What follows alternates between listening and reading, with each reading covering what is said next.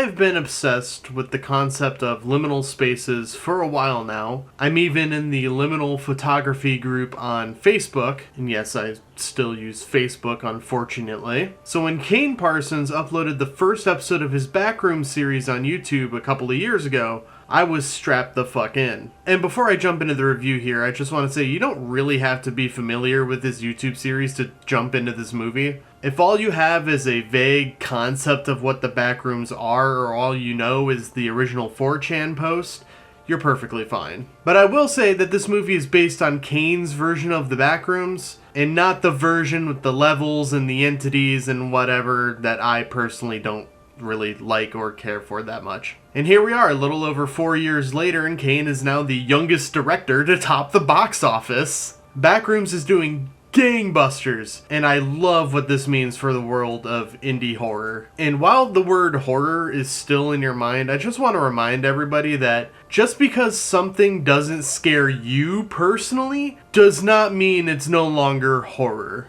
I keep seeing this crazy fucking discourse on social media about what is and isn't horror, and people acting like a horror movie is no longer a horror movie because it didn't scare them personally. I'm just like, that's not how that works. So that's not how genres work. Horror is a very broad umbrella. It does cover things that you may not personally think are scary, but it's still horror. Now that that's out of the way, if I can break the Backrooms down into one word, it's haunting. And just one last minute preamble before I fully get into this will contain spoilers. As soon as Clark discovers the entry to the Backrooms, I was white knuckling it the whole time. This is a tense film, and one that will stick with me for a very long time. Kane just really has a knack for pacing. This movie really builds dread, and even when the dread is supposed to be paid off to let the viewer relax a little bit, the undertone is still there, buzzing like the fluorescent lights. My favorite kind of horror is when you're not quite sure what you're up against. You can't quite see the monster that you're facing. Maybe it's a person, maybe it isn't, and you won't know until it's already too late. What Kane has done here is build a wonderful little sandbox to play with that idea. And when we do see the monsters,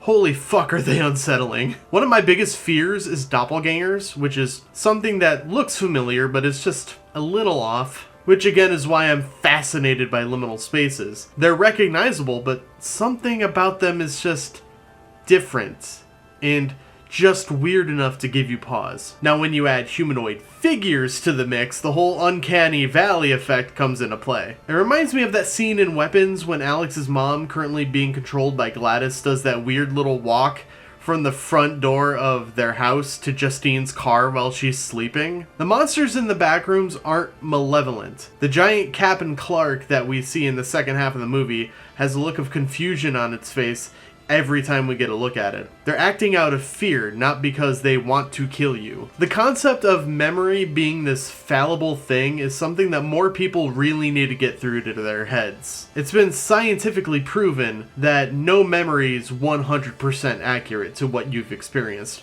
Every time you recall a memory, you've either added something to it or taken away from it, whether it's a major event, a person, or something as minuscule as the color of a random flower. It will never be accurate. And the Backrooms is a place that recreates the world from memory. And that's why you see all that furniture clipping into the surfaces, or the monsters that look like humans but have fucked up faces. Memories are never absolute. They are near ephemera. It's the entire reason why the Mandela effect is absolute nonsense. Your memory is faulty. Kane being able to represent that as a complicated maze of empty office buildings brings me immense joy. It's captivating when Clark reveals this to Mary while he has her tied up and is trying to feed her simulacra flesh. While the writing can be a little overt sometimes, the way these characters feel like real people with real emotional depth more than makes up for it. Chiwetel and Renata are incredible in their roles. Watching Clark slowly let his anger at the world turn him into a monster because he just can't take responsibility for anything that's gone wrong in his life, and Mary realizing that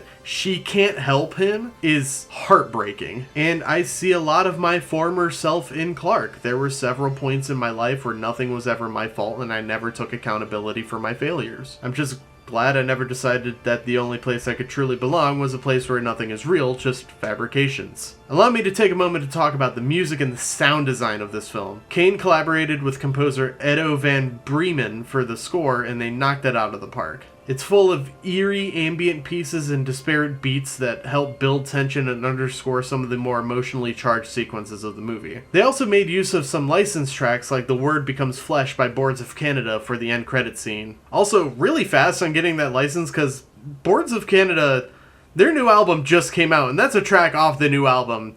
That's quick work. I just want to know who at A24 has that contact, because Inferno came out literally the same day as Backrooms, and like I said, they used that song during the end credits, so like, who at A24 has that contact with Boards of Canada? That's crazy. They also used B1, All That Follows Is True by The Caretaker, and a former Lost Wave track called Ulterior Motives by Christopher and Philip Booth. Looking that track up, by the way, led me down a rabbit hole of Lost Wave music, and it's a highly fascinating subject if you're also into looking for stuff that seemingly sprung from nowhere and takes an entire team of Redditors to scourge the world for its origins. The sound design is also insanely well done. There's a lot of distant, distorted voicings and bumps and dragging sounds from the entities, and it's terrifying, especially if you're in a theater with great surround sound. The only complaint that I really have with the movie is its runtime. A few minutes could have been cut, especially when Clark first discovers the Backrooms and is slowly creeping through the halls. They linger on every single step of the way, and I feel like we didn't need that. But I'm probably in the minority there. I think this is an excellent movie, and if you can, try going around noon in the middle of the day like I did.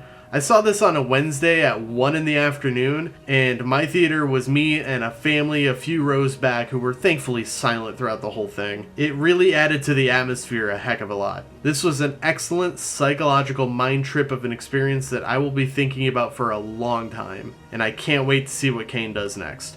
Hopefully, an Oldest View movie, please? That would be so awesome. But I did see that apparently he's already looking for a screenwriter to help write the sequel to Backrooms, which is also very welcome in my book. So yeah, that's gonna do it for this video. Thank you guys so very much for watching. If you want to see more videos like this one, please consider subscribing.